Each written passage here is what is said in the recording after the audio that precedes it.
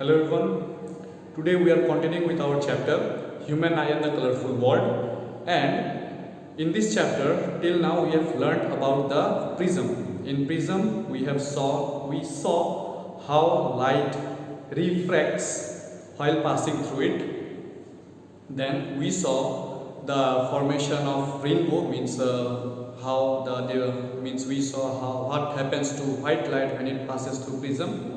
White light splits into 7 different colors, which is known as dispersion of white light.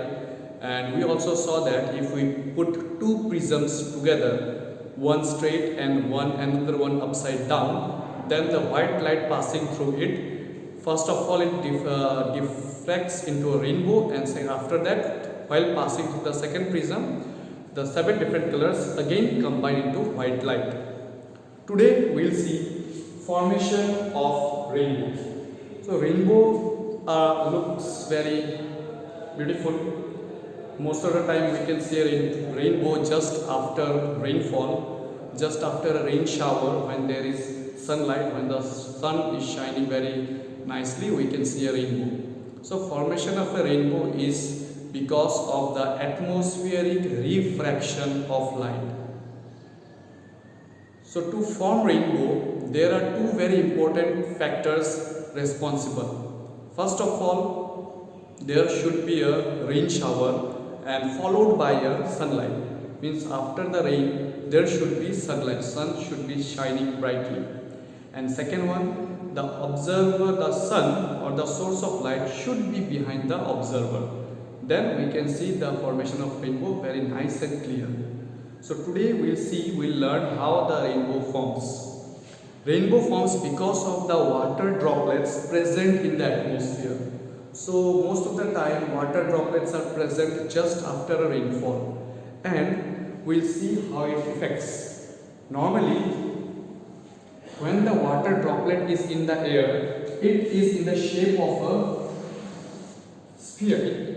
It takes a spherical shape, because in our nature, or the circle or sphere has the lowest surface area, or you can say the drop is in the shape of a sphere because from all sides the gases, the air puts pressure onto the water droplet and it takes the shape of a sphere. So assuming this is our raindrop or water droplet in the atmosphere, so what happens just after rainfall?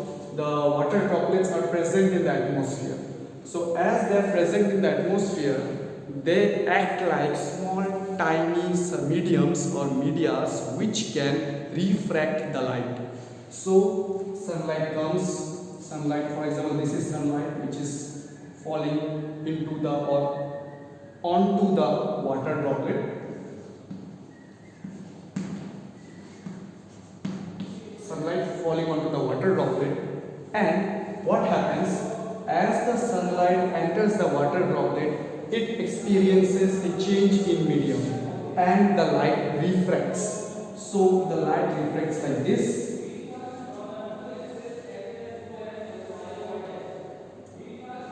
and then because of the curved surface of the water droplet, the light goes through internal reflection.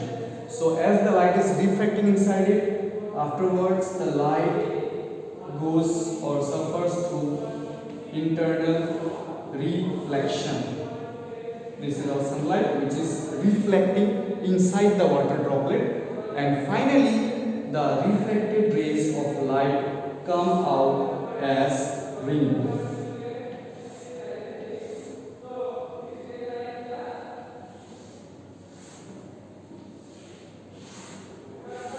So this is how rainbow is formed.